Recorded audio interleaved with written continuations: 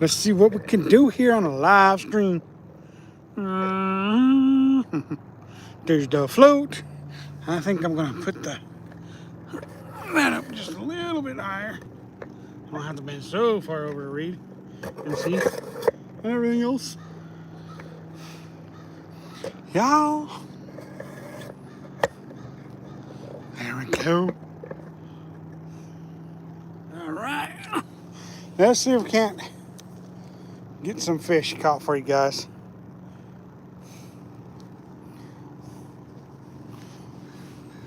You never know.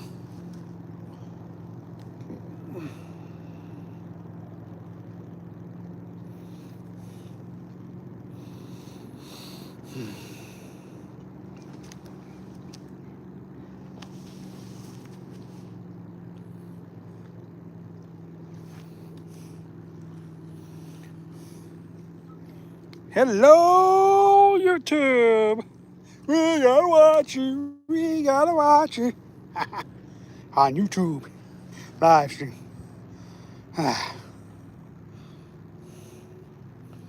So, welcome back, y'all. I did catch another 10-inch bluegill. I caught him today before the live stream edition. And so we're just trying to get more fishes. Trying to get some bass, and as well, I really like to do is get a kokanee or a trout or something, but on these live streams from Billy, I don't seem to do so well on getting those. Oh, by the way, today I'm doing kind of a maybe a challenge type deal. Oh, I pulled it right out of his mouth. Did he steal it? Nope. Get it right back in there. See if we can get him to bite again. Man. Kind of maybe a challenge type deal, maybe. Oh, there we go. Oh, what do we got? What do we got? What do we got? That one's got some feistiness to it. Oh, what do we got? What do we got? Oh, another big gill. Another monster gill, y'all. Wow. Oh, that's got to be close to another 10-incher. Y'all, check it. That's 2 10-inchers today. Yo, check it. Yo, look at the size of that gill. I mean, where are these big old gills coming from? Man. Oh, check out that beautiful big old gill. Y'all, check him out. Oh, he's so beautiful. So beautiful. Yeah. Oh, man, that makes you happy to be a gill fisherman. A sun perch, bluegill, perch, whatever you want to call it, fisherman. Catching them that size. I mean, check it out. Not quite as big as the last one I caught today, but I mean, that's probably, it's got to be close to 10. I mean, it's definitely over 9. But y'all, check that beautiful gill out. Y'all, I love it. Man, let's let this beautiful thing go. I don't know how well you guys are going to be able to see that, but I'm going to let him go. Yes! Now, to catch one 10-inch bluegill in a day is something. But to catch 2 of them in Oregon, yeah. I don't know many places where you can do that. That's the first time I've ever seen it happen here, to be totally honest with you guys. But, y'all, it's just me fishing today. I got stuff going on. The bobber, hi, how you doing? Hi. Well, yeah, that's right. It's a good one. Hi, back to you. Nice, yeah. All sub. Please do subscribe. It helps out the channel. I appreciate that when people subscribe.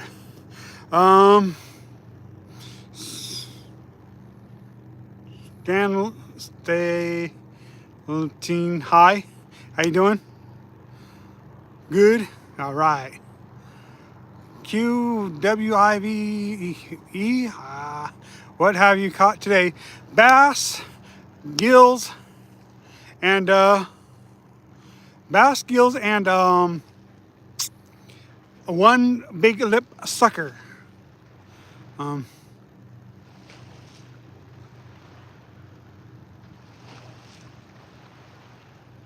there are maggots in my mouth. There are maggots in my mouth.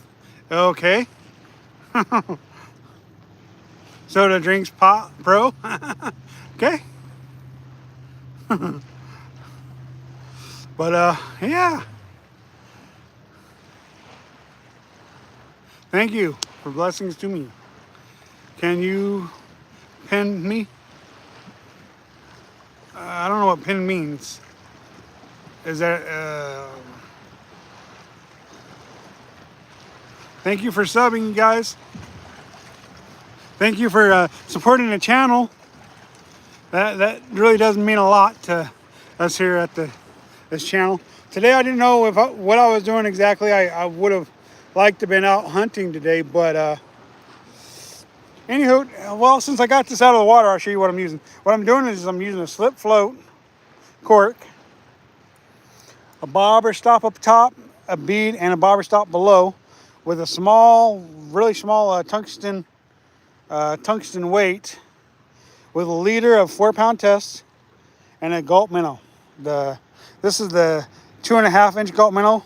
That's, I think, why the bigger bluegills are biting, because it's a bigger profile. Because normally I use the little 1-inch gulp minnows, but hey, that'll work. I mean, catching some bigger ones, and I'm only fishing about 4.5 feet deep, something like that. Oh, we love you, are the best. Thank you, appreciate that. Well, thank you for saying I'm really good. I don't know if I'm really all that good, or if I just fish, so much to where I kind of figure out, different ways to catch fish. And usually if something's working really well, I'll stick with it. I won't change it up. Like this year, I've had a lot of success on the Ned rig, so I've used that a lot this year. I've caught crappies, I've caught trout, I've caught bass on them, big lip suckers. So and then the gulp minnow's always the other thing I go with. And the thing with the gulp minnows is, instead of using live bait or worms or whatever, the reason why I go with stuff like that is so that the fish aren't swallowing the hook. But a lot of times when you're using the small gulp minnows, like the 1-inch, they'll swallow the hook sometimes. So, but it just seems like with artificials, they don't swallow the hook as much. I mean, I've had them swallow a freaking 1/0 plastic worm hook, bass and stuff. But they got bigger mouths. How long are you going to be on live? I generally try to go an hour long. Usually it goes a little bit over because I get sidetracked, and I'll be catching fish, or if people stay on, as long as I've got somebody watching, I'll generally try to stay on the live stream for as long as possible. Sometimes I go too long, and then my battery on my phone wants to die on me, so then I'm kind of forced to stop live streaming.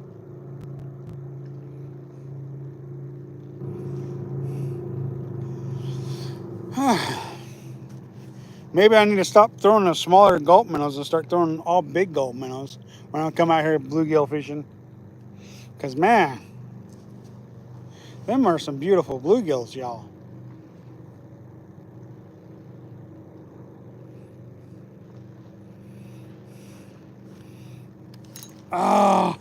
See, that's the problem with using such a big gulp minnow, is if they're the smaller ones, you miss them. Now, I don't have no problem missing them, but you know me, I like to catch fish. I don't like to miss them.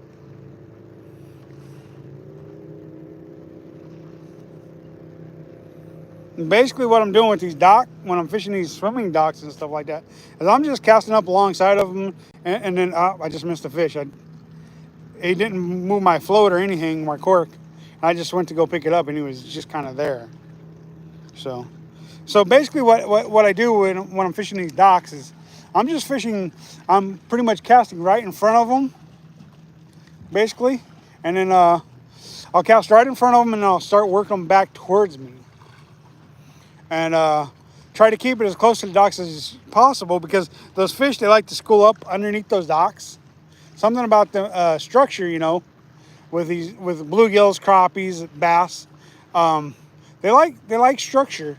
So what these docks do is it gives them shade also on those really sunny days, but it also gives them structure to hide underneath, and they feel protected. So whenever something they feel like is ready to eat, that they feel like is capable of being eaten, they will see it, and then they will come out from underneath their docks and thump, thump, thump, munch them up.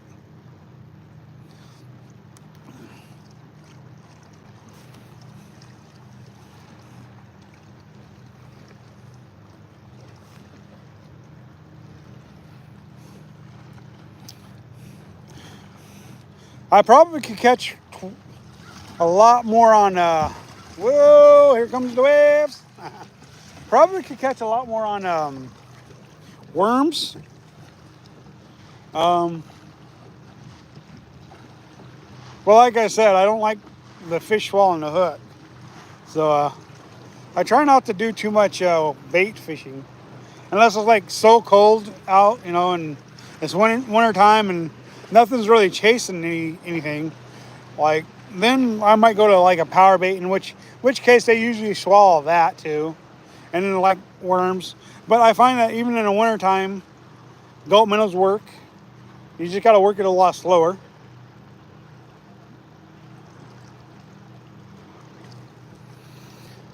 Seems like when it's colder out, you just got to work everything a lot slower.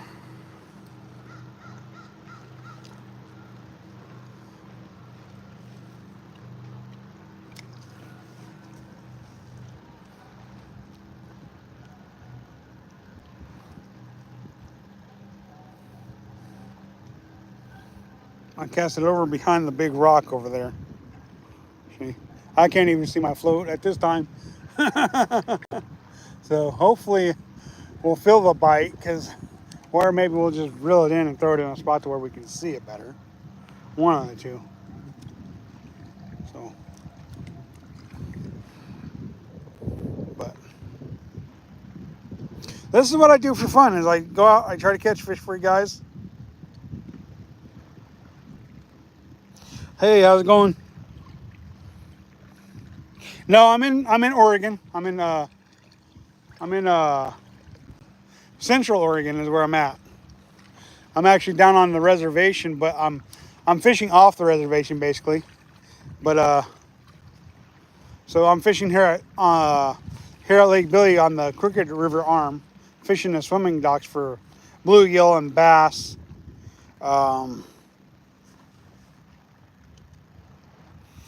um, like I said, bluegill, bass, uh, kokanee, bull trout, or dolly vardens. Depends on who you are, because some people call the dollies or the bull trout a dolly.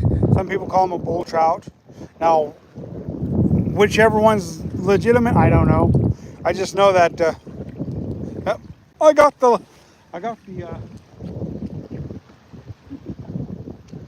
got a big old piece of that rock caught, I think. But let's go ahead and throw over here a little bit. Um, but yeah, this time of year when it's hot, it's mostly just trout, or mostly just bluegill and bass. I have made videos kokanee fishing and fishing for dollies or bull trout, whichever way you decide to call them. It's really up to you on what you call them, I guess.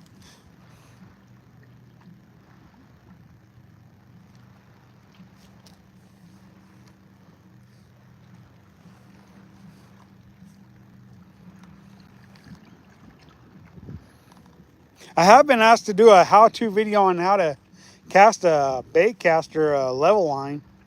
I'll do that sometime, maybe. Maybe not, you know. It's kind of one of those things. I do got another new line counter reel for my bull trout and kokanee fishing sessions, because that gives me a better idea on how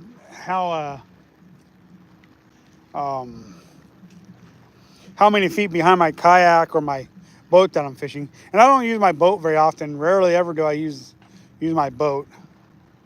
I like my kayak, or I like to fish from the bank. But the boat's just nice to have. You know, not a necessity, but definitely nice to have.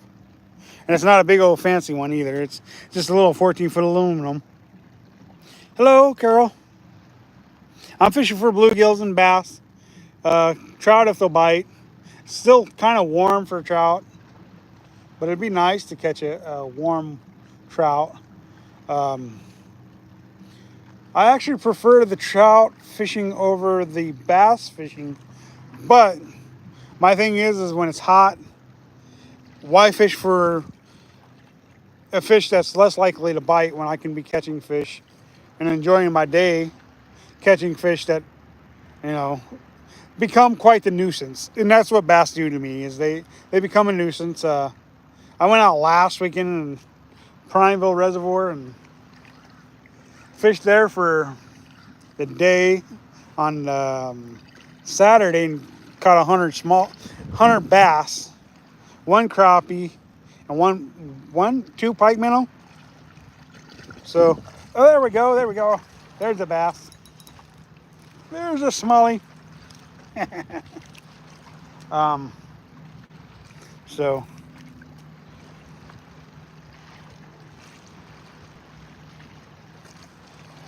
well, there you guys go. Little smallmouth bass, y'all. Whoops. There you guys go. Don't hit the concrete, please. Whatever you do.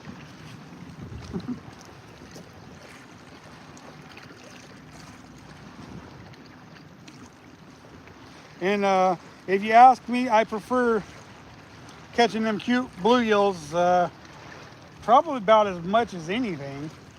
Just basically because they're so aggressive, and they're really aggressive, and they got an attitude problem, and they're just the sweetest little fish you'll ever see. Of course, when you're catching 10 inches, that's not a small bluegill by any means. That's actually a really big bluegill, or a sunfish, or whatever's.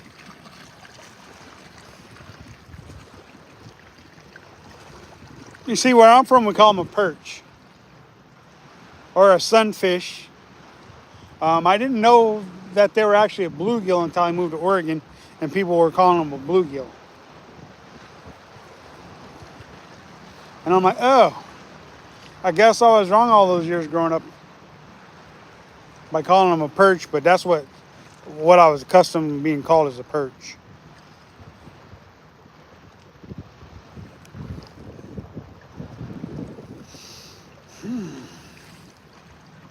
One of these live stream editions, I'll have to bring my fly rod out and catch some fish doing that, I guess.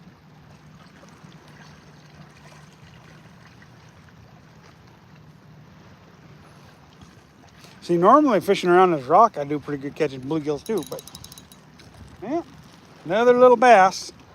Ah, you hit the floor. Hey, settle. Hey, yeah.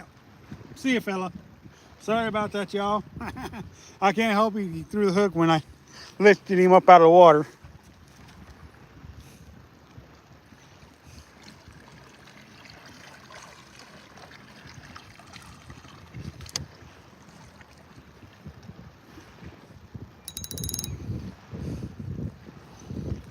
So what do you guys like to fish for? Let me know. I like to know what you guys fish for. Getting ready to start fishing for steelhead after hunting season. I might sneak in a couple of steelhead trips before, well, during hunting season.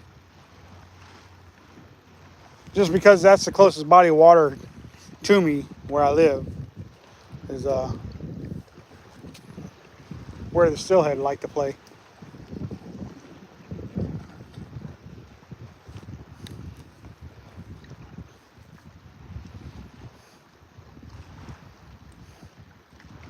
Do you guys kiss your fish before you release them, or do you guys just eat them?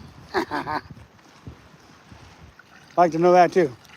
Oh, I got all that moss or seaweed or something on there. Okay, well, let's move back over here because we're catching no bluegills over that way. We'll toss it back out this way. See if we can't get a gill, another 10-inch gill. I missed a few bites because I feel like I was using too big of a gulp minnow, but that's okay. You know, the ones I have caught, as far as gills, have been quality fish. And, you know, a lot of people would prefer a quality fish over a small fish, but the way I look at the small ones is they're the true trophies, not the 10-plus pounders, you know, when you're bass fishing, or the big old 10-inch bluegills when you're bluegill fishing. To me, the true trophies are the little ones, because that ensures that you got a future fishery, you know. And so it's nice to catch those little ones to let you know that hey, the fishing is going to be there in the future for other people to fish, which is always a plus when you're a fisherman. Most people don't want to mess with those little guys, but and yeah, they can be a nuisance. That's why the bass become a nuisance, because you're catching so many of those little bass, you know. And don't get me wrong, I love to catch those. They are truly the trophies. Without them, you can't have a future fishery. So, thank goodness for the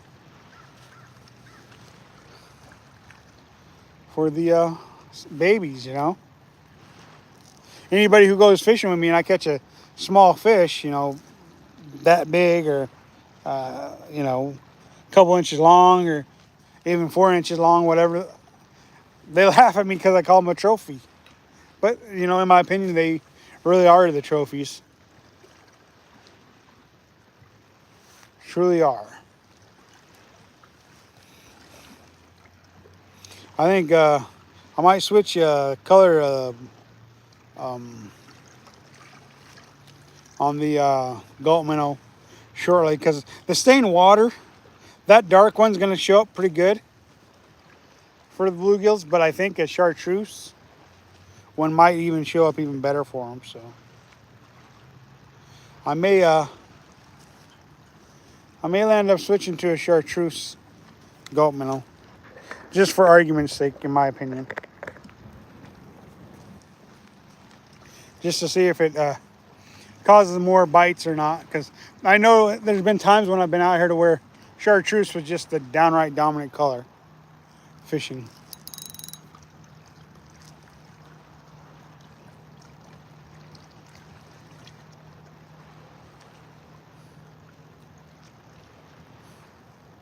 Of course, I could just toss that float out there with the gulp minnow, or the gulp minnow on there, and then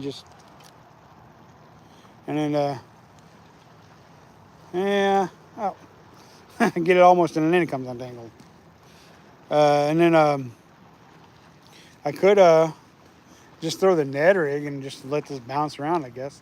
I was doing that earlier, and I just wasn't getting the bites that I would have liked to gotten. I mean, I had a couple really indecisive bites, but not anything to get overly excited about.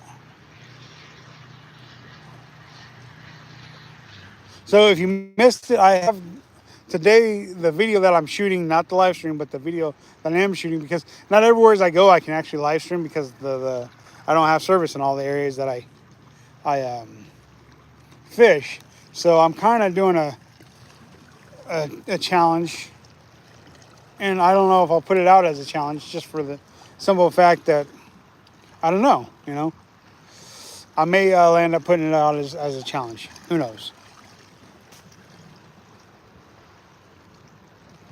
Ooh, I pulled it out of his mouth, I think. Ooh, probably a little gilly, sun perch, whatever. But let's put it back in there and see if we can't get him to bite again. Maybe it was a little bass, I don't know. There's a bite, there's a bite, there's a bite. Well, there was a bite, and stick with it.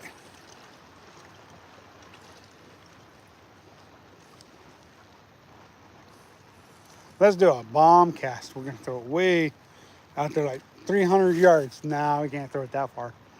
I wish I could throw a line that far out there. Boy, them cast masters, man, I could fish quite a bit of the lake with if I could cast that far out there. Y'all see what I'm doing? Can you see my rod? If I had a camera guy, I'd stand in front of the camera, but I don't have a camera guy, so.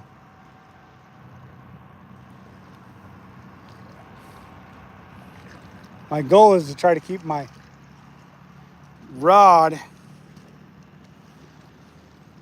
in front of the live stream, so when because I cast it way down that way, I guess I'll move my thing where it's facing down that way, and then maybe you guys will be able to see me set the hook or whatever if I get a bite. No guarantees. My gulp minnow's not doing its thing properly, so yeah, kind of hard to get a bite if you're not fishing right. Sometimes it does that, you know. Yeah, they get tangled up on the cast, so.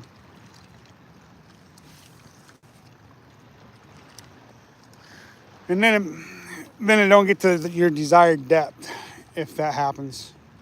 And then sometimes it matters, sometimes it don't matter. Depends on what kind of a day of fishing you're having. On a good day of fishing, it don't matter.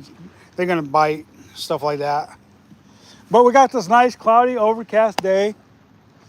It's gonna be near triple digits again today. Not quite, I don't think, but near it. We got hazy, smoke-filled skies from the wildfires in central, or well, maybe not just central Oregon, but throughout Oregon.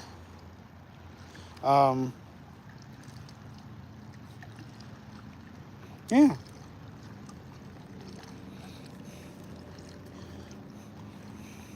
Just for argument's sake, I'm gonna go ahead and try and put on a gulp minnow, because I did get my shipment finally back. Finally did get my shipment from Cabela's, aka Bass Pros. I don't know if Cabela's bought out Bass Pro or Bass Pro bought out Cabela's, or they just decided to do a Bass Pro, aka Cabela's.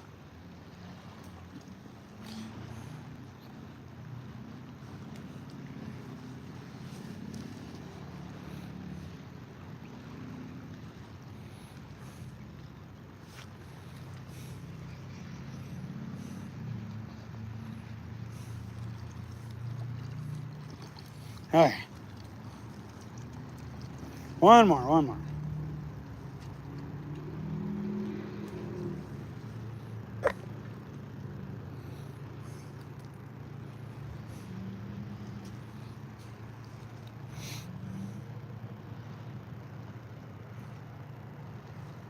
I can't wait until this video comes out though. 2 10-inch bluegills. That's crazy. Now I'm sure in some places 10-inch bluegills are the norm, but it's not the norm in Central Oregon anyways.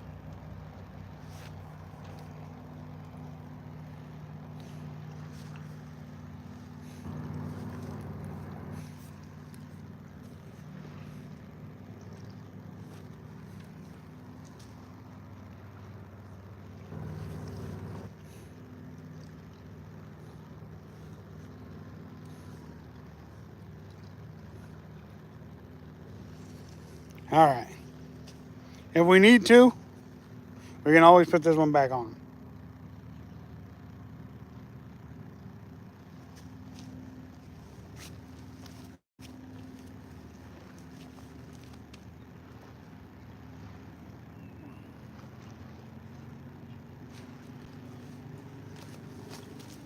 See? New, just got in the other day. Gulp Alive. Chartreuse. Minna. We're going to open it up now. Get the first one out of the package.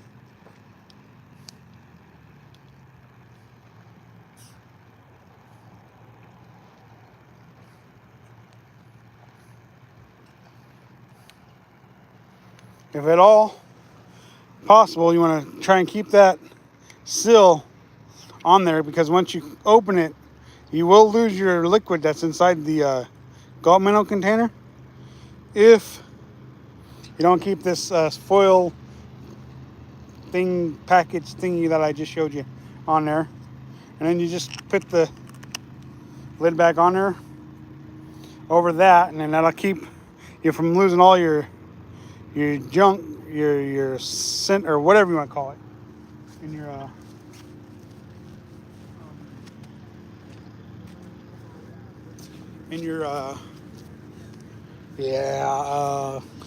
Gulp Alive container. So basically what we're going to do here, hopefully you guys can see what I'm doing. We're going to take this 1-inch Gulp Alive, and then we're going to put it on there to where the chartreuse color is on the top side, the white is on the bottom, because most fish, the bottom of them,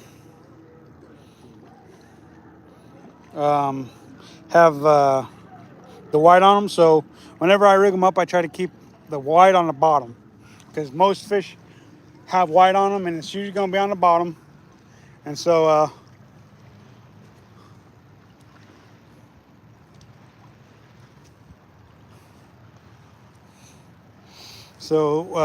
if there's any predatory fish, they're going to see that white bottom on the bait, and that's going to probably draw the attention to them.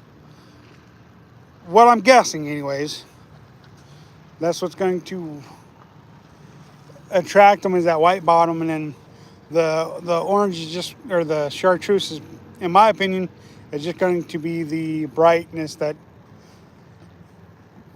is going to also help, I hope, attract them.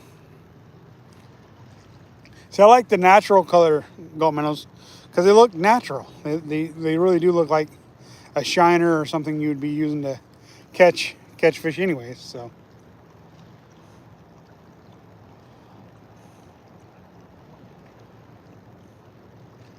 yeah. Oh no, he didn't. No, he didn't. He was just sitting there. He wasn't bouncing nothing, but he had my float sitting on its side, and I'm like, what in the world is going on? So I kind of just moved it enough to where I could feel something tighten up, and then voila, I missed him. A lot of times when I get a bite, if I can relocate where I see my float, that's where I try to put my float back in, because I feel like that's where I'm going to get that bite back. As you can see when I caught that bluegill earlier, that's what I had done. I missed the bite, put it right back in there, and then landed that big old 10-inch bluegill. So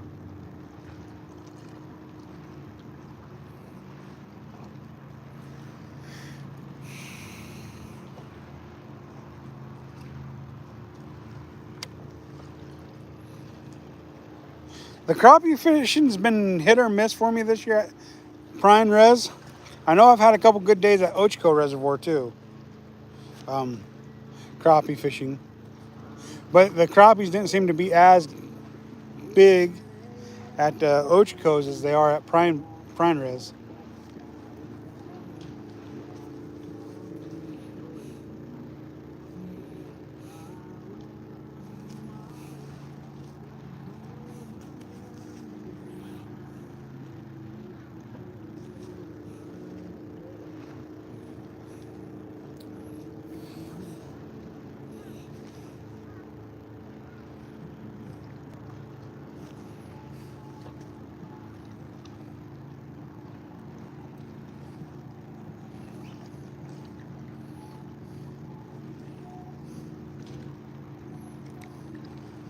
That time I'd done quite a bit further cast out there.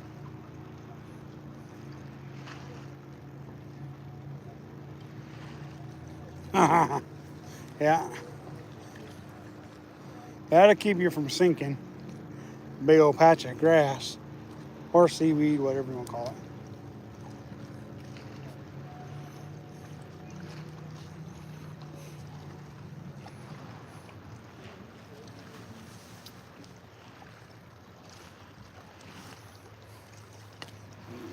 Okay, that's out there. I'm just going to let it sit there a moment or two. I'm going to come over here and grab my other rod. And see if I can't get something on the Ned rig while we're live streaming too.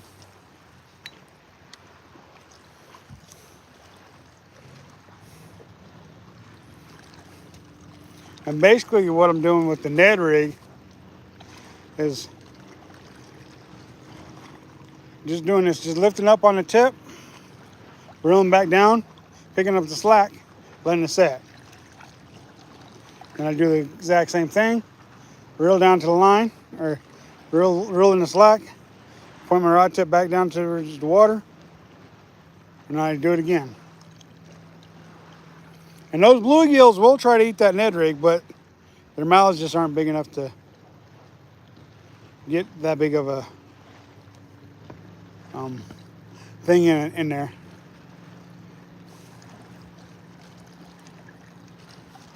And yeah, that's just basically how I'm doing the Ned rig right now. Normally what I do is, I'll show you here in just a second after I'm done with this cast. I'll show you what I normally do with the Ned rig. Just in case if you guys are curious. We've already been at it for 30-something minutes. Wow. Crazy.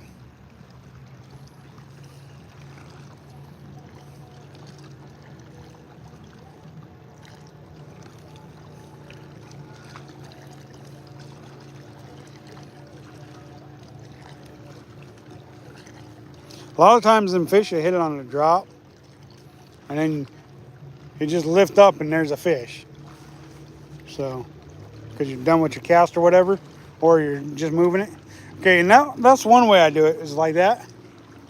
And then the other way is just to throw it out there. See if I can get that rod and reel in your view. And then this is what I do, is I just kind of slowly reel it in, is what I do.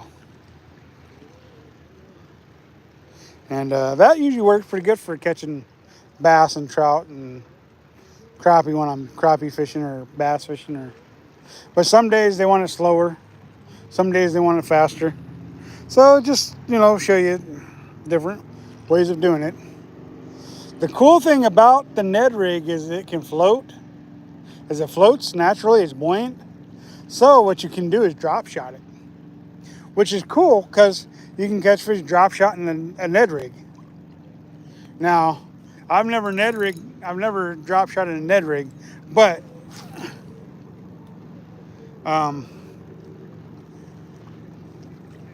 because you're using a weight on the bottom of your line when you're drop shot fishing, and then your gulp minnow or your mini fluke or your whatever you're choosing to use for drop shotting is up above your weight. So that Ned rig, when it floats, what it allows it to do is that once you pull on it, okay, it's going to straighten it out, make it lay flat, and then what it's going to do is it's going to slowly rise up. And what's that going to do is that's going to trigger a what do they call that? Instinctive strike, or I can't remember what they call those kinds of strikes that they do, but reaction strike. There, that's what I'm looking for. Reaction strike. So, and that's always a cool way to catch them. I caught bass not on the Ned rig, but on a drop shot a couple years ago because I wanted to catch early bass, and I fished for 3 weeks without catching a bass, and it was still cold out. So what I did was I went to the drop shot, which I I don't throw a drop shot. What I did was decided to finally use a mini fluke and go to a drop shot, and I finally caught 2 smallmouth, and that was in March, which is early for bass. The earliest I've caught in bass is February, and the latest I've caught in bass is December or November. Huh? Well, just about flopped flopped in the water, having a bite on the gulp minnow. See, that's one thing I like about the gulp minnow is just throwing it out there and letting it do its thing. You know, a lot of times you can get bit doing that. You don't have to necessarily put a lot of action into it. It looks like a minnow. Fish like it, and so they're gonna eat it.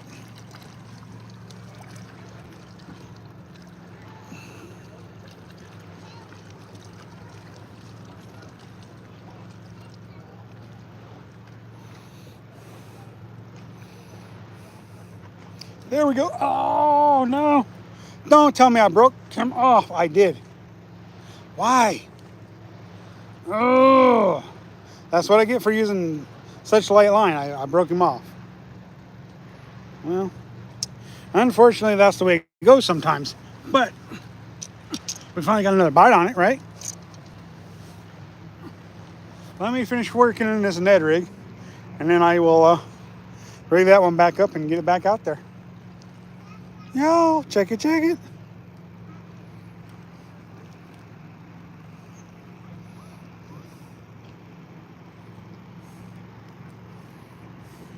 What happened was I seen that bite coming over there by the dock, but it wasn't committed to it, so I just kept it in the water and I started working it towards me. And eventually, voila! And I broke him off. That is a problem sometimes with me, is I will break a fish off, not intentionally, but for whatever reason, I tend to do that. Okay, get this re-rigged up and ready to go back out.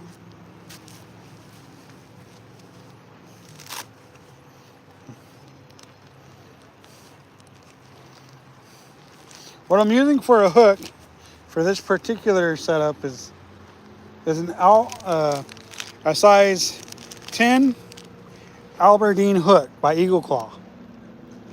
Get them at Walmart for, I don't know, maybe $1 or something a pack, or maybe a little more. I don't remember how much they cost, but they're a good light hook, especially if you're like throwing dough bait. It works pretty good for throwing dough bait if you're trout fishing in the wintertime. But it's a number 10 Albertine hook. I like it when I'm throwing a gulp minnow because it's got a long shank. More of the gulp minnow to grab onto. I'm trying to get it clear so you guys can see it better, but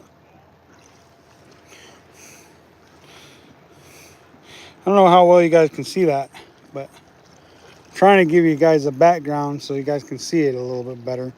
But anywho, it's a fairly small hook.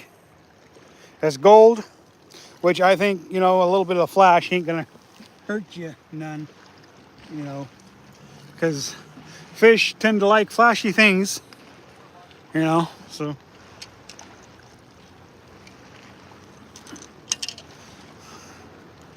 And then all I'm gonna do is do just a basic cinch knot for it, is all.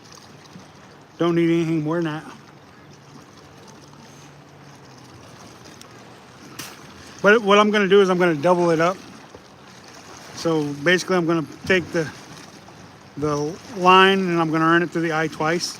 I'm gonna go in one side, pull it around and out, and then pull it around the eye of the hook and then put it back through the hook, and that's gonna double it up. Basically what that does is just give you a better knot, a better knot for cinching down, and less likely that it's gonna slip and you're gonna lose it because the knot comes undone.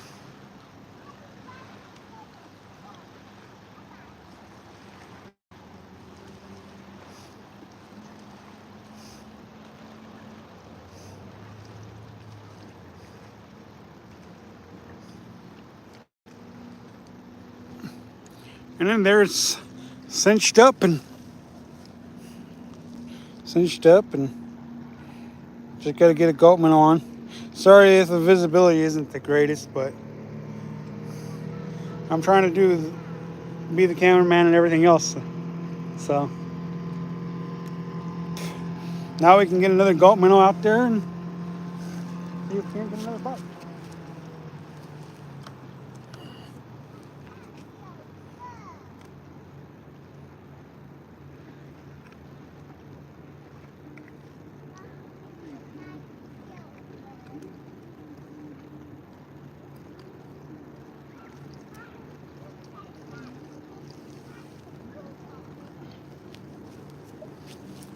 And you guys can be honest with me if I'm boring you guys to death. I don't mind. Honesty is the best trait to have. So if I bore you guys, please, please let me know. Maybe I'll do a dance or something, or do a headstand or something to entertain you guys. I don't know, maybe. Maybe not. You guys would probably like to see me do a headstand and then flop right into the water, huh?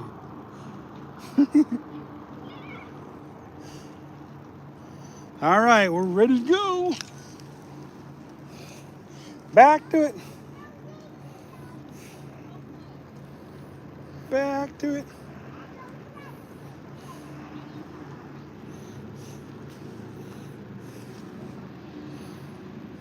Do a dance, please. Hey, I was only joking. But I guess I could do a little something. Hey. Sorry, y'all. I don't know if you guys seen that, but I tried.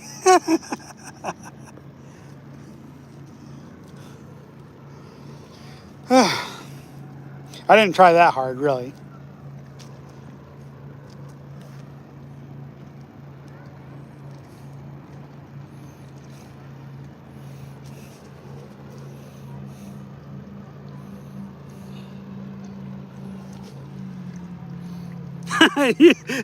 There you go. You're welcome.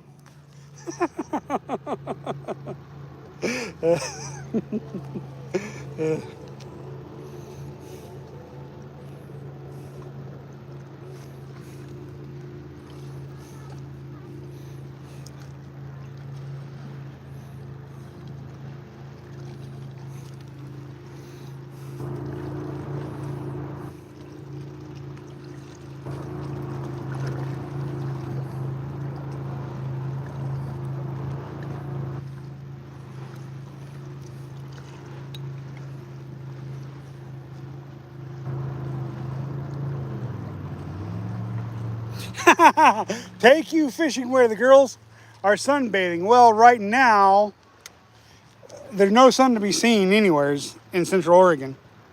So, no sunbathing today. Sorry. I'm glad I made your day.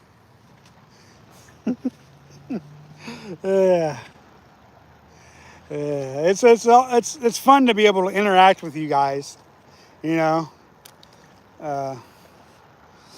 because really the only time I get to really interact with you guys is when I'm live streaming, because then I get the comments right away. Like if I put out a video, I may not get to look at the comments for a while because I'm usually a fairly busy guy, so I don't always get to look at comments and answer them right away. And I'm sorry about that. It's just life is busy, and Saturdays are kind of my day to come out and do this. Oh yeah, I've gotten a few fish today. I broke one off just a moment ago, and then so yeah, I gotten 2 10-inch bluegill. Probably from this spot, I've probably gotten 5 or 6 bass, smallmouth. And then the spot I started out this morning, I got 2 smallmouth bass and a largemouth sucker. Or large lip sucker. Not largemouth, large lip suckers. Because they lips are pretty big. And you guys can see that, you guys will see that when I put out that video. And like I said, I don't know if I'm doing because technically the challenge has been completed if I choose to do it a challenge or if I just choose to do two separate videos. Um, so, I mean, two separate videos, in my opinion, would be nice because that puts out two videos in a week. Jim Hendricks, what bait you using? Gulp minnow, Gulp Alive minnow. I'll grab them real quick and show you real quick. I rarely ever use actual bait anymore. On occasion, I will still use worms once in a while if I feel like it's going to benefit me. But this is what I'm using right here is the 1-inch Gulp Alive minnow. This happens to be the chartreuse one. I've got the natural, which looks like just a regular minnow with the gray and the white. And the one, that one's a 1-inch as well. And then the big bluegills came on the 2.5-inch Gulp minnow, which is what I got right there. That's a 2.5-inch. I know it probably don't look that big, but it's every bit of 2.5 inches. Oh no, I missed him. I was busy talking, but it's every bit of 2.5 inches. This Gulp minnow. Trying to give you guys a good view of it. So, and that's pretty much what I'm using without having to use bait. There's a bite, there's a bite. Stick with it, you got it, you got it. I don't know if he's gonna eat it or not.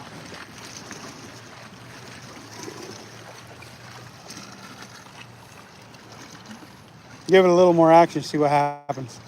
Maybe he'll decide to eat it.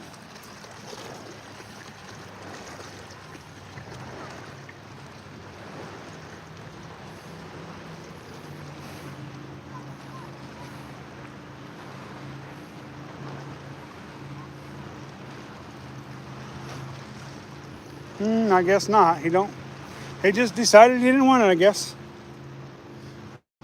And so basically, as I explained earlier, no, I missed him. I missed him plain as day. Yeah, I was hoping to pull him out of the water and show you guys, But unfortunately, sometimes it don't always work out. So basically, Jim, as I'm throwing up against these swimming docks here on the Crooked River arm of the Lake Billy, and I'm just working my Gulp minnows, Ned rigs, whatever I decide to throw back to me. Another underrated bait to use, or lure to use for fishing for bluegills. Yeah. It would be a spoon, like a Castmaster. I did one video where I just caught bluegills on a Castmaster, throwing it out there and just jigging it. But I was in my kayak and I was flipping to the swimming docks and then bouncing it back to me. Basically what I was doing. And then I landed up rolling my kayak because I leaned too far over trying to get my Castmaster back from a snag because I could see it, but it was kind of deep, and I just ate a bug. Sorry, y'all. Wasn't intentional, but I did.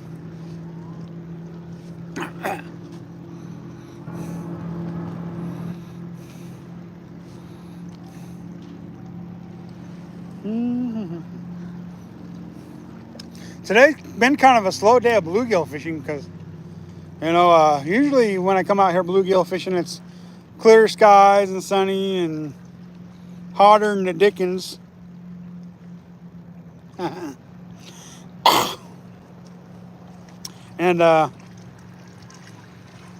you can actually see them, so you can actually put your baits and stuff right in front of their face and just kind of wiggle and jiggle it for them. I'm going to go ahead and set this one down and grab that Ned rig rod. And then I'm just going to kind of keep an eye on this, as well as I think I'm going to throw the Ned rig over this way. So that's why I'm putting you guys over here. That way you can see what I'm doing with the rod. And I'm just gonna kind of keep an eye on the float in case if it goes under. That way maybe I can get a... Thank you, I appreciate that. Thank you for subscribing because I'm so nice. I appreciate every subscriber. It makes with you guys subscribing and stuff, that helps the channel. So I appreciate that. Thank you. But anywho, I'll throw it out there. Now I'm just gonna work it back to me and try to get a smallmouth or a trout or kokanee, whatever wants to bite. Now kokanee, I've only had them bite the gulp, not the gulp minnow, but the Ned rig at Haystack Reservoir.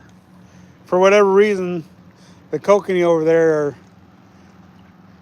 seem to be more aggressive. I don't know, at Haystack Reservoir than they are here at Lake Billy. And I usually catch my bigger kokanee there at Haystack too. So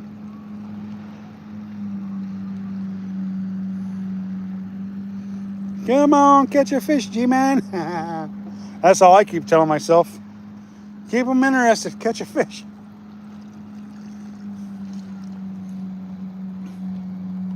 Up there, Prineville this year, I had a pretty good day of crappie fishing. I caught like 40 crappie, and with the other people that I was with, we caught over 50 crappie in a day over there. Well, thank you for loving my live stream. I appreciate that. Really, I do.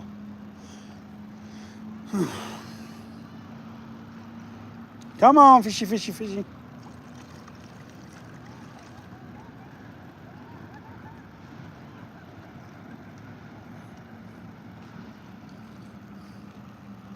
I'm looking forward to the weather starting to cool down a little bit for the trout fishing to pick up again. And don't get me wrong, you can catch them this time of the year too. And I have caught them in the heat, but they seem to handle better when you catch them in the cold water. Blaster 19.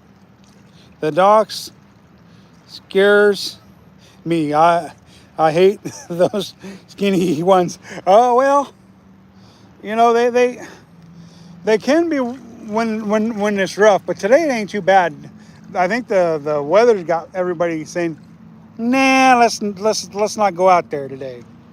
So that's a plus, because yeah, usually this place this time of year is just thousands of boats. It's rough. Yeah. I don't blame you for not liking the docks, for sure. I do like them for catching bluegills and stuff like that, and it's always fun to catch the bluegills out from underneath the docks. So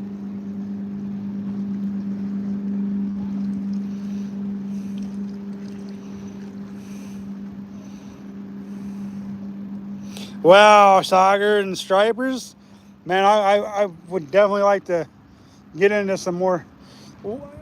Well, not really saugers, but walleye was what we caught growing up in Missouri. We caught walleye and white bass, not so much stripers. Even though we have stripers we have them in Missouri, but where I was at, we never.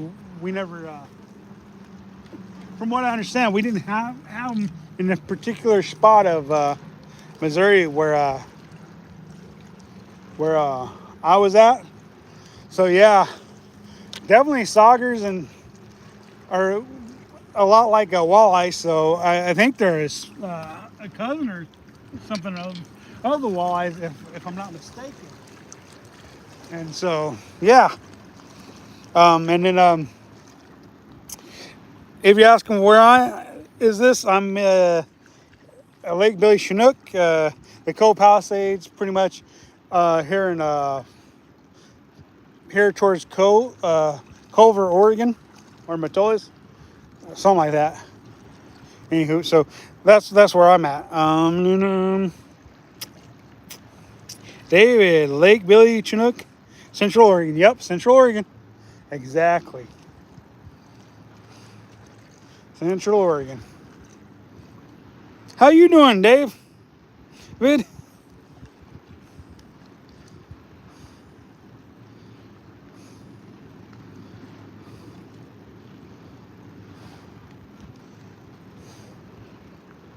You doing any fly fishing lately, David?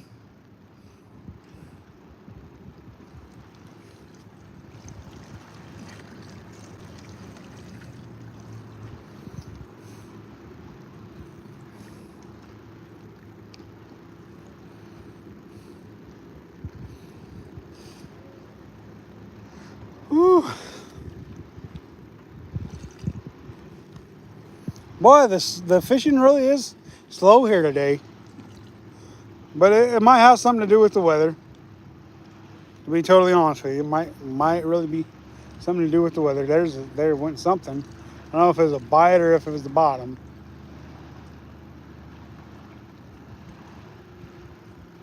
We'll wait and see. I'm guessing it's probably the bottom.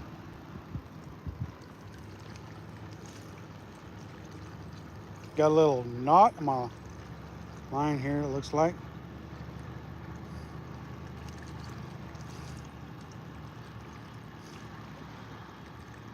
If I can figure out how to get it out.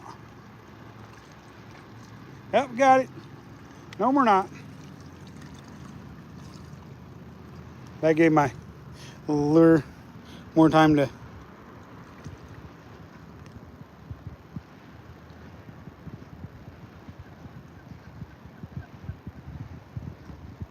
Yeah, I'm ready for fall too.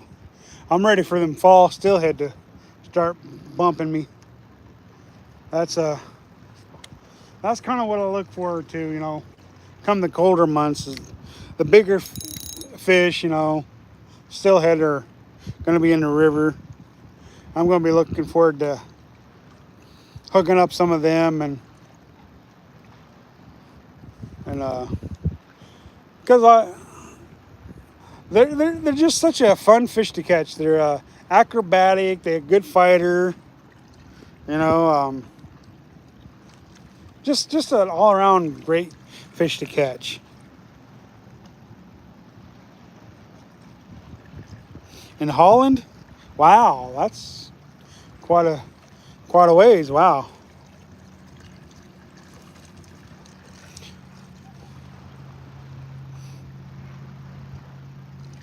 No fishing at all, huh?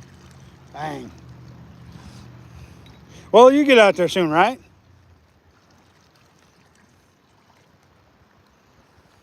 I'm sorry the fish aren't cooperating with me right now. I mean, I have had a couple bites, but I haven't delivered much. Kind of the way it goes sometimes, though. If you ever fish, you know, you kind of know that's kind of the way it goes sometimes. You just aren't always going to catch them all. Throw that out there, set it down, let it sink. Get this other one, and put it back out there.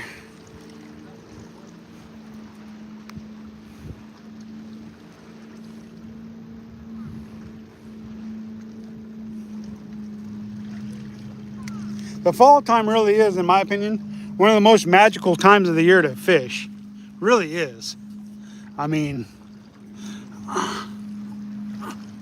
if I had one time of the year I could pick the fish,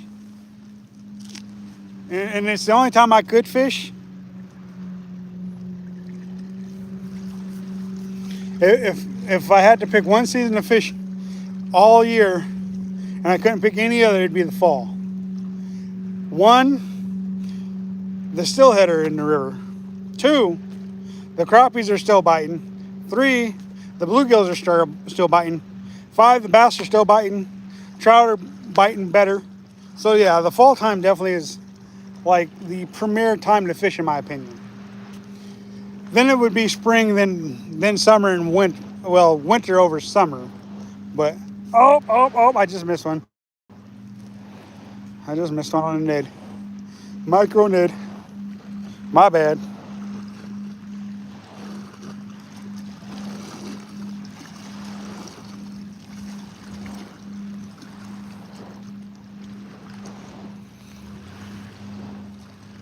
See, if I was moving around on the dock, I might be able to get more bluegill, but because I'm live streaming and I can't really control that dock swaying back and forth like it's doing, I prefer not to put my phone and my tripod on that. So I just stand here unless I got somebody who can hold my phone for me while I'm live streaming, and then I can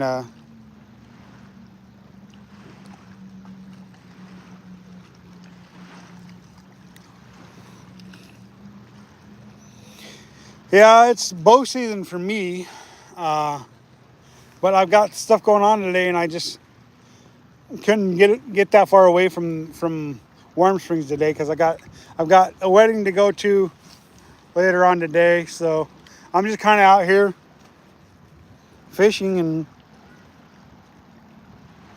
I would like to be out elk hunting today with my bow, but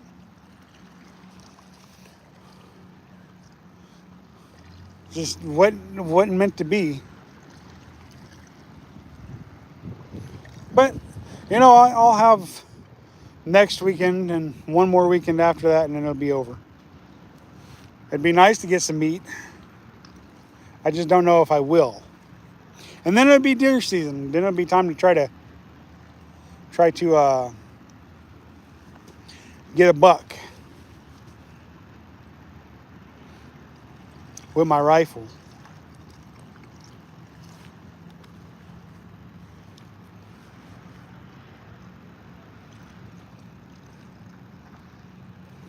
Come on, fishes. These people are probably getting bored watching me not catch one. Me, I am like in the 40-ish range. 43, I believe. Yeah.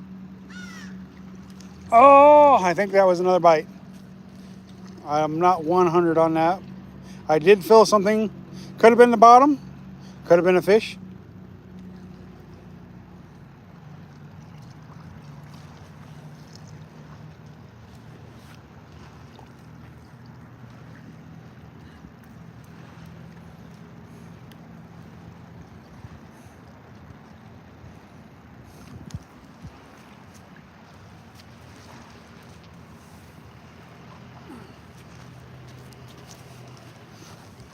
All right.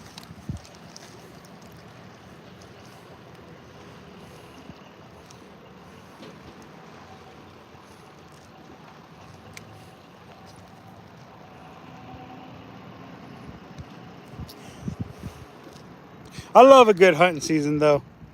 You can't go wrong with that. I haven't had a whole lot of success elk hunting, though. I've yet to kill one, and I've been in Oregon for 30, well, not quite 30 years, but it'll be 30 years in a couple of years, so it's close to 30 years. I have gotten close a couple times, just the animal didn't present the proper shot, and I wasn't going to take a shot that I wasn't comfortable taking. And you know, with a bow, you pretty much want to be spot on so that the animal don't suffer. You don't want to end up having to chase it for 5 miles.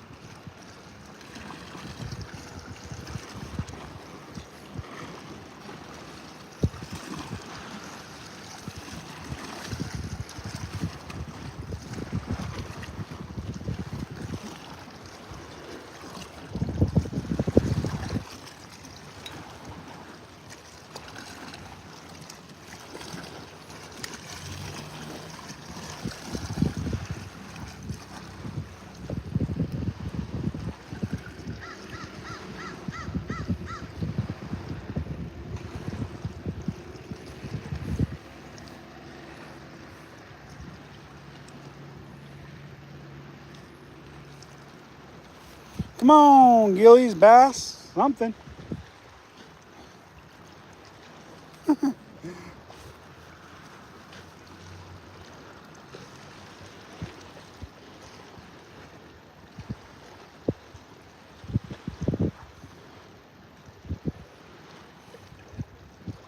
Yeah, you know, that's always a plus, you know. Just being able to get out there and spend time with people you like, is always fun, you know. And it'll be a sad day for me if I ever have to give up hunting, even if I don't get an animal, because of my health or whatever, or maybe I just feel like I'm too old. That'll be a sad day, because I just feel like that's part of who I am. Whether I get one or not, that's just part of who I am. Yep.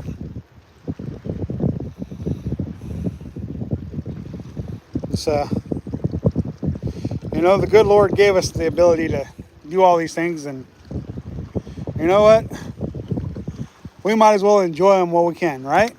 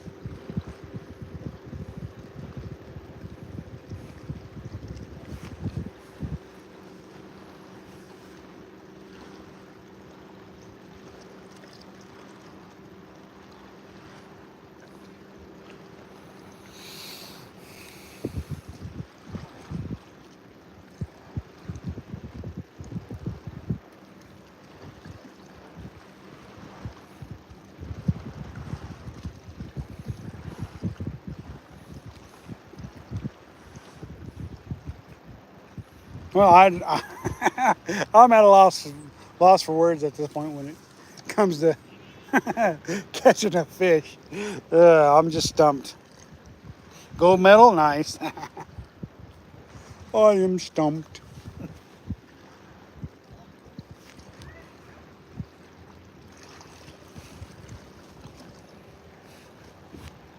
Really am stumped. Two really big bluegill, a few bass, and man, I thought after catching them bluegill I was going to have a heyday on monster bluegills, but I guess not. Thank you, I appreciate that.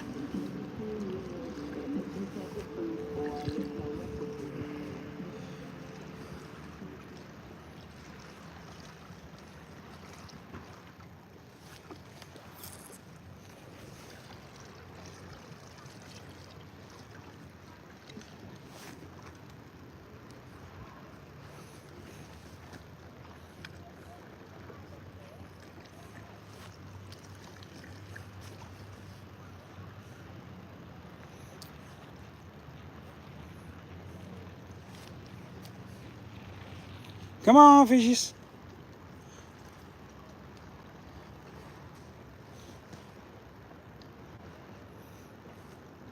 Maybe I'm not fishing the right area. Maybe I need to cast more out that way, because there's a lot of weeds and stuff over there. Maybe I need to re-strategize and maybe hit some of the weeds out that way that you can see protruding out of the water.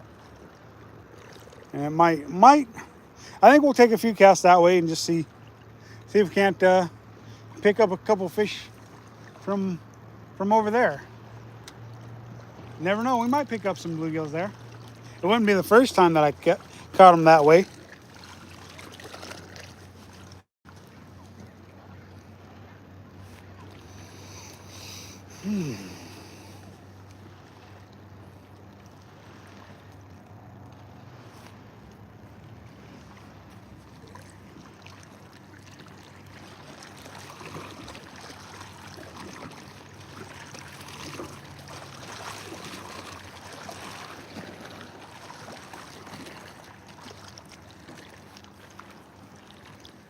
I've been missing my worm and bobber girl and my bug bait fishing.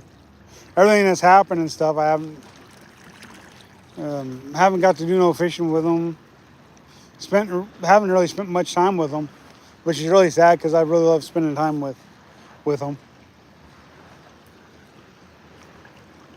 Of course, with them being adults and everything nowadays, they pretty much, you know, choose and do what they want to do. And of course, Worm and Bobber Girl's got baby, and baby's gonna be 2, so technically a toddler, but you know, things that happened this year, we still kind of treating her. Probably probably shouldn't be treating her like that yet, but you know, losing her dad was a hard thing. So yeah, I got 2 adult kids, 3 adult kids. My boy's gone.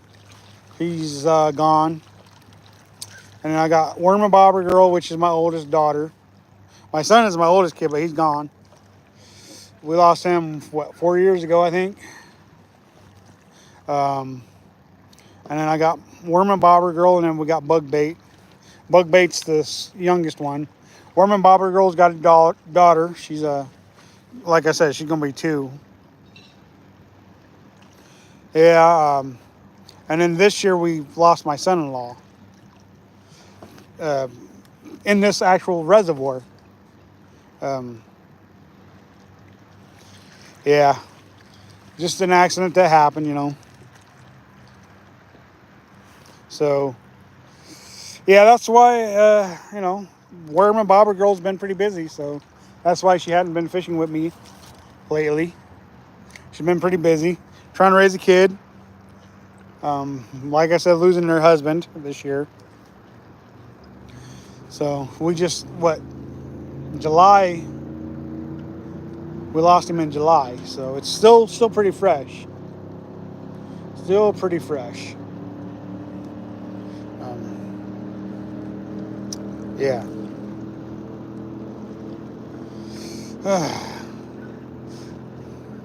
Unfortunately, loss is part of life. You know, we lose people. So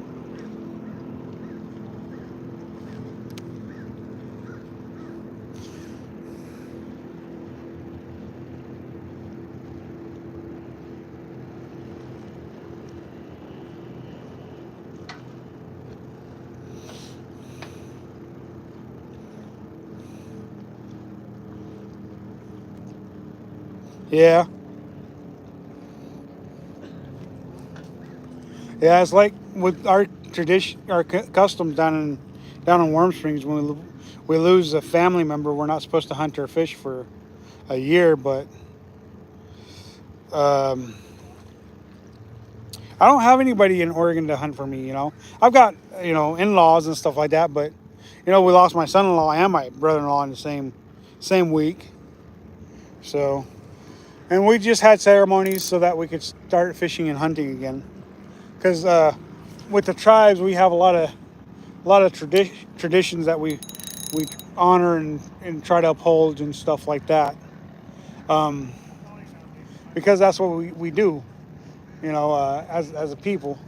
Even though I'm not enrolled there and everything, but that has been my life for the past 30 years, you know. And so I mean, I've been there longer than I've been anyplace else in this world. So yeah.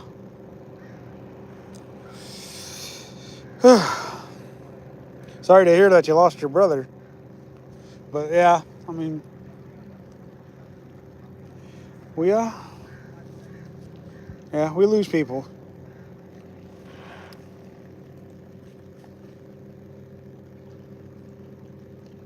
It's hard.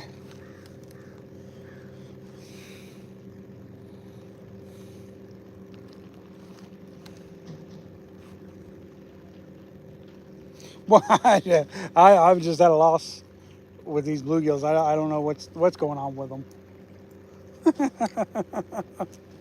They got me stumped today. They got me stumped. Yes, lots of prayers. Amen to that. You know, we go through stuff and we turn to God, you know. Of course, we never did turn away from God throughout all the turmoil. We've always had a good, solid background for, following the Lord and everything. So definitely prayers go a long ways.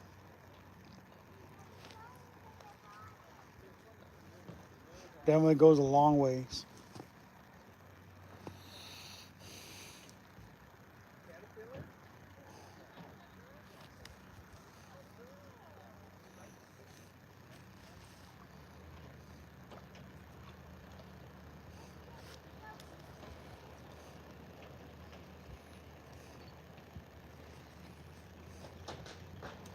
Come on, fishes. I'm kind of like, are there any fish left?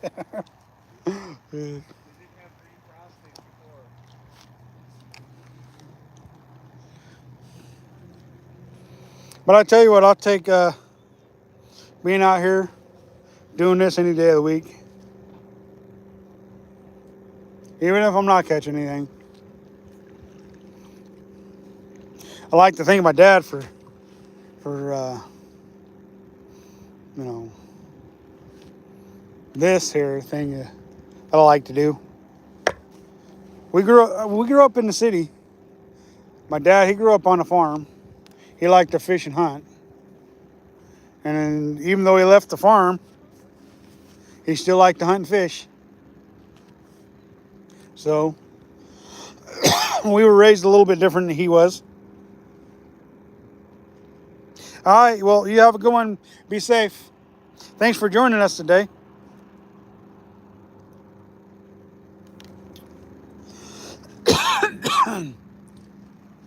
I think I'm going to probably get ready to go too. Well, not done fishing, but probably done with the live stream.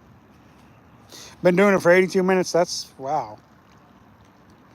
That's quite a spell there for me. Bye. See you. Have a good day. Be safe. Enjoy.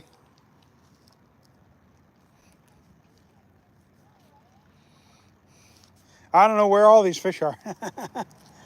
But you'll see plenty of fish when the video comes out if you guys watch the videos.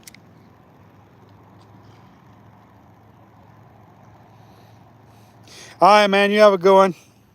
Thanks for joining us today. Be safe.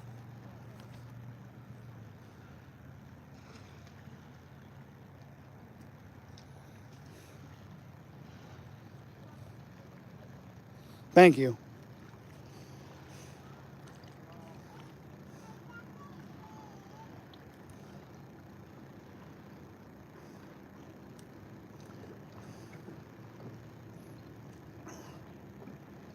Y'all still here? uh, uh, this has been quite the live stream. Still got people following us, and we're not even doing nearly as good as we'd hoped we'd be doing by now. Ah.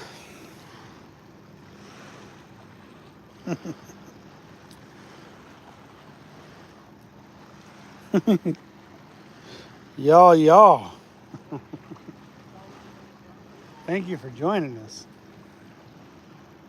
Normally by now I'm down to one, maybe two after an hour. Usually I'm down to one or two. I'm still got 3 or 4 people following. So it's a pretty good live stream. Even though I'm not catching much.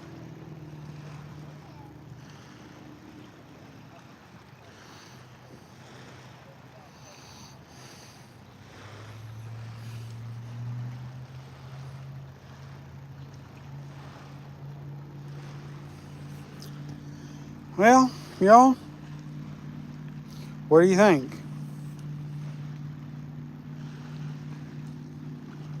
What time is it?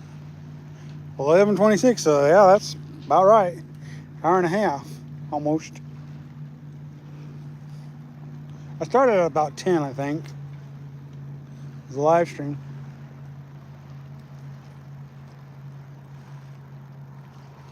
Let's see here. Let's cast over the swimming docks and see if we can't get a fish from over there. I haven't tried over there, but that's only because of my camera. I don't really, or my phone and tripod. I don't want to lose off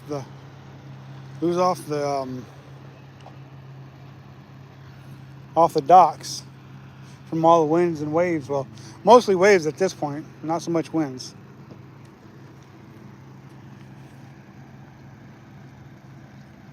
But we'll see if we can't get a bite out there real quick before we end this live stream.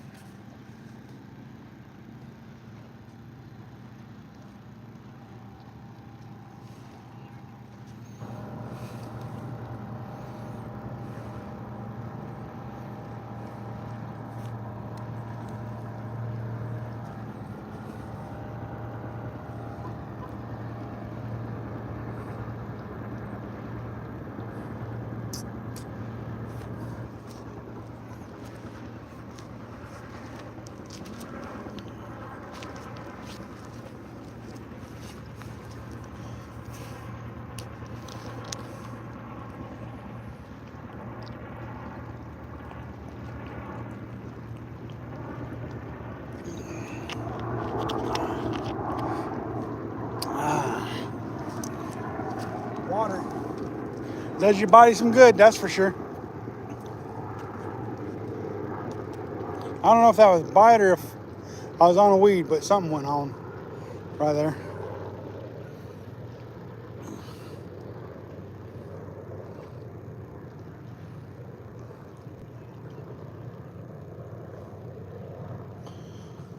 Oh, all right, well.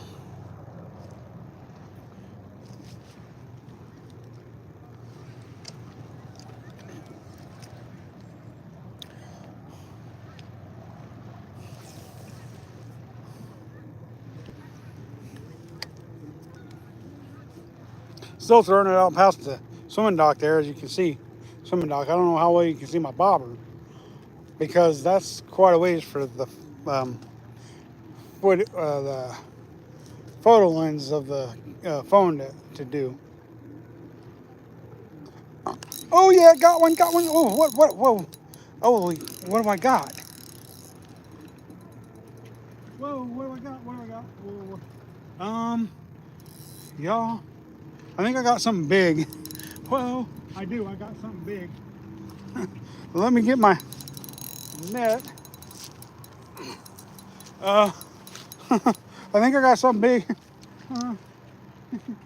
I did take that through.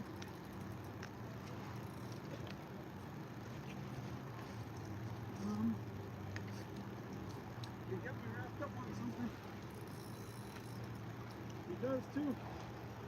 Oh, come on. I got something big, y'all. What? I don't know.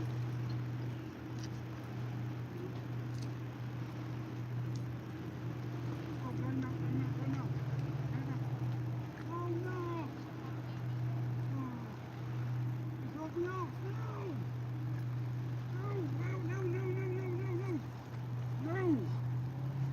No. Ay.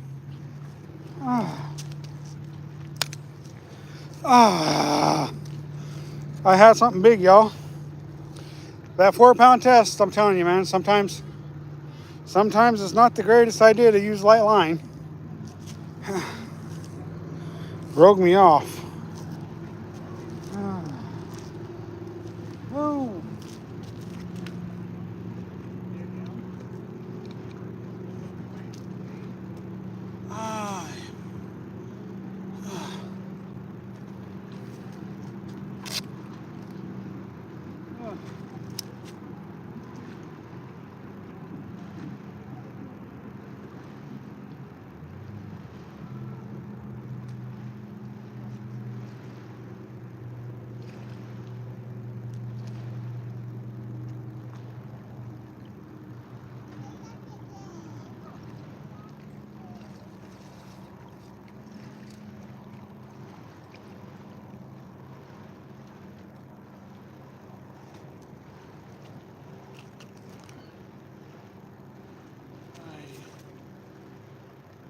Yeah.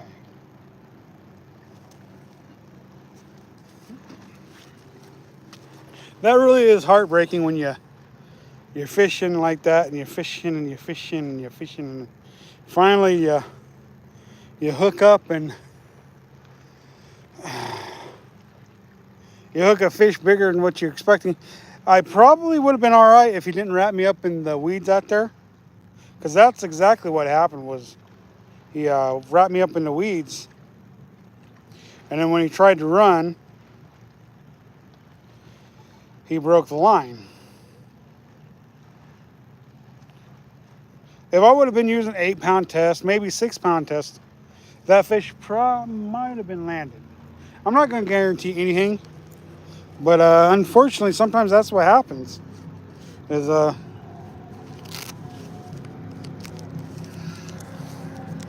we run into bigger fish than what we're really fishing for, expecting, and then all of a sudden it's gone.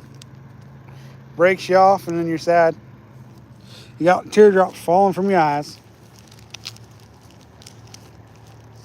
Yep, unfortunately. I'm really happy with the crowd today on the live stream. You know, because normally by now I'm down to 1 subscriber, and they're just like kind of hanging around in and out, in and out. I'm really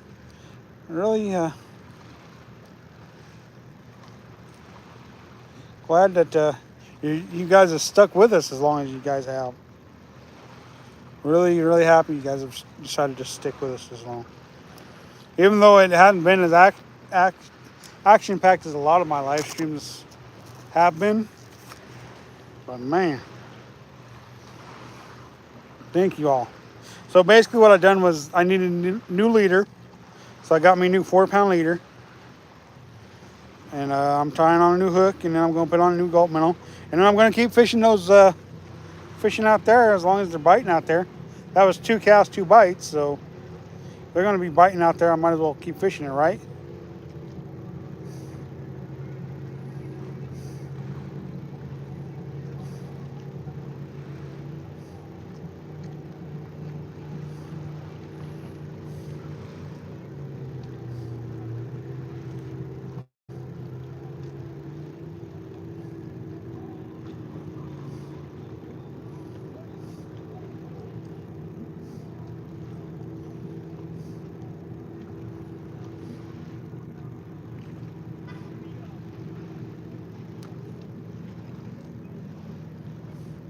All right, re-rigged up. Just got to get on gulp minnow and then back to fishing.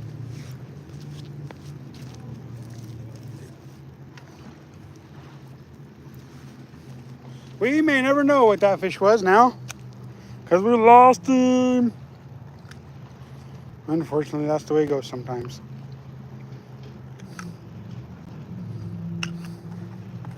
Go minnows! Yay, go minnows, gulp alive.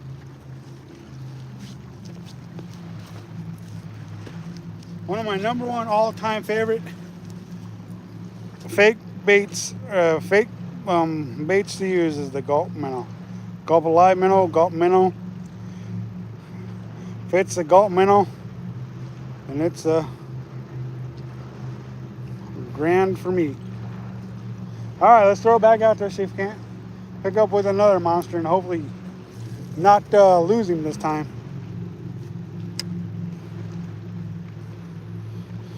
I was surprised at how just switching locations and made all the difference. It's just anytime I hook a fish over that swimming pier or swimming docks, it's gonna be hard to land them, because if I'm gonna land them, I need to be over there, but I can't have my phone and tripod over there because I don't want to lose it into the reservoir. Because once it's gone, probably gone forever.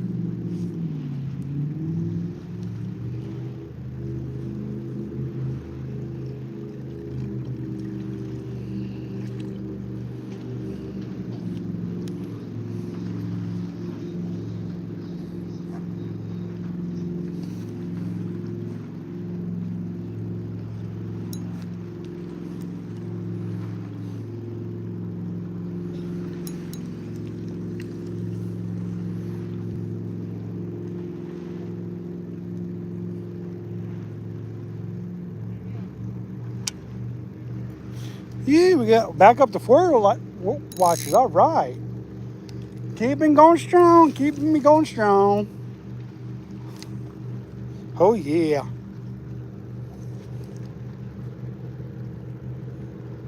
You can see if we're over there. See, after I'm done live streaming, I'll go over there with my camera and everything, with my GoPro. I'll just show you all them weeds and stuff for those fish to bury themselves into and break us off. That way you guys can see it. Because I can see them sticking up out of the tops of them sticking up out of the water.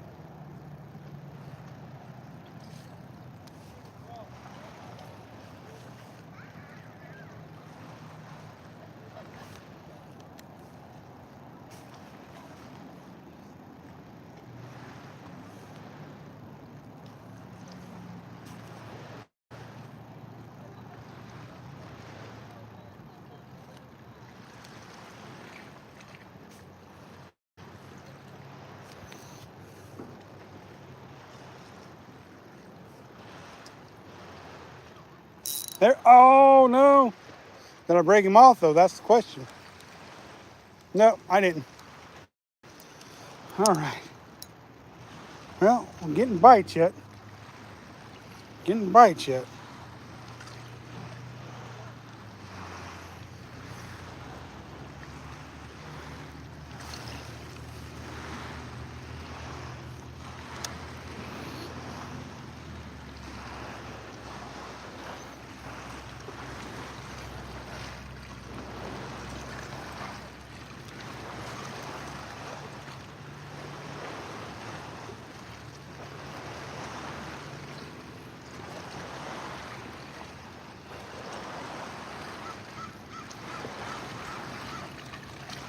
Still fishing on the other side of the swimming docks. They're way out there.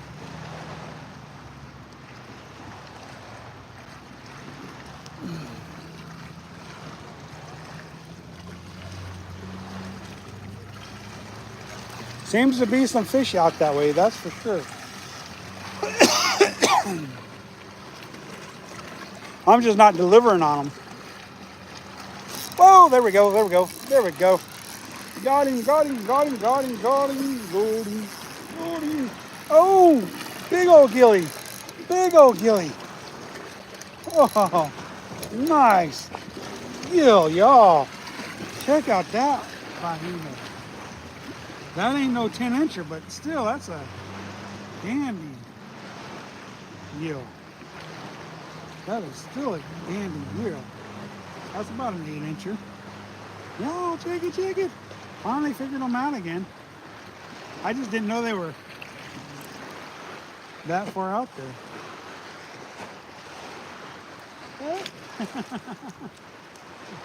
Come here. I'm going to let you go. Unharmed and safe. Okay? Let me just bring it out higher. Get a hold of mine. Okay?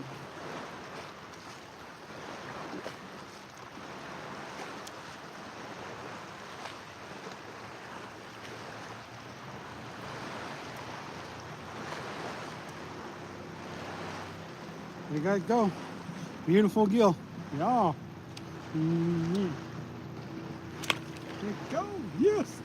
Yes, YouTube. Yes. Yes, yes, yes, yes, yes. Finally found some fish.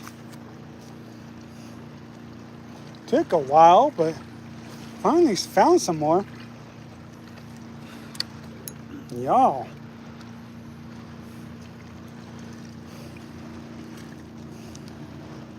Telling y'all, everything I've caught in today, as far as bluegills are concerned, have been quality. The bass are small, but the gills have been pretty solid. Pretty solid. Boy, when that one hit, he just kept it under. He wasn't playing, I'm telling you. All right, you guys. Hey, I think I'm going to get off here. I'm going to continue to fish, though. Try to get some more content on video. And, you know, hopefully continue to make good quality content for you guys, y'all. So, hey, y'all, we've been doing this for an hour and 40 minutes.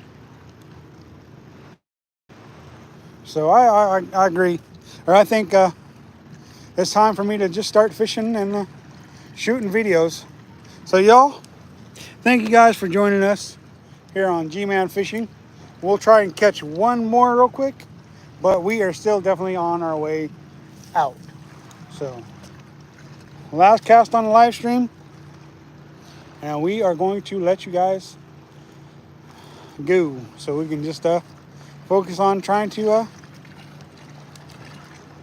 catch a couple more fish and continue to shoot a video.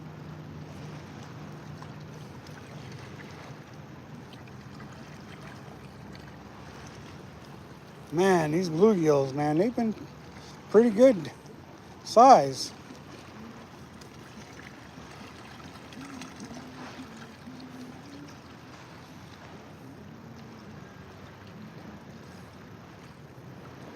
Today.